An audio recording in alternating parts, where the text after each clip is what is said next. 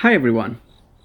More and more people are growing loofah these days to use it as loofah. But is it edible? We will answer that today. We have loofah growing on this arch and this one here is not too thick yet, which means the seeds and mesh has not set in yet. Let us harvest this. We had few more that we harvested 2 days ago. Let us cut through one and look inside.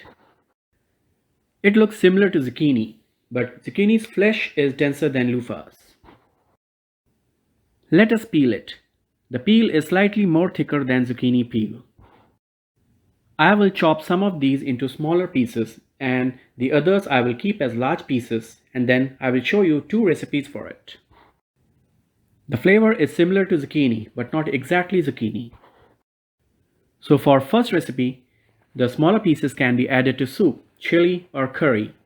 I'm just adding these pieces to this curry and will let it cook for 5 minutes. This can be used as a substitute for zucchini. The second recipe needs longer loofah pieces. I'm going to make a slit along the length of these pieces and I'm going to stuff it. For stuffing, I'm going to take half onion, about a tablespoon of cilantro seeds and a tablespoon of fennel seeds, salt to taste, and about a teaspoon of lemon juice. I will blend all of this and start stuffing the loofah with this mix. Okay, now we are going to take a flat pan and add some cooking oil to it. Let it get a bit hot and add these stuffed loofah to it. So now I will try to fry these on low heat. This is how it looks after 10 minutes. We can take it out now. So here we have it.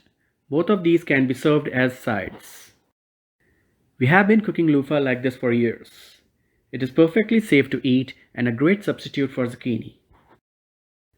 Now if you need a zucchini substitute that has flesh as dense as zucchini, check out this vegetable that is as easy to grow as zucchini and is not bothered by squash vine borer.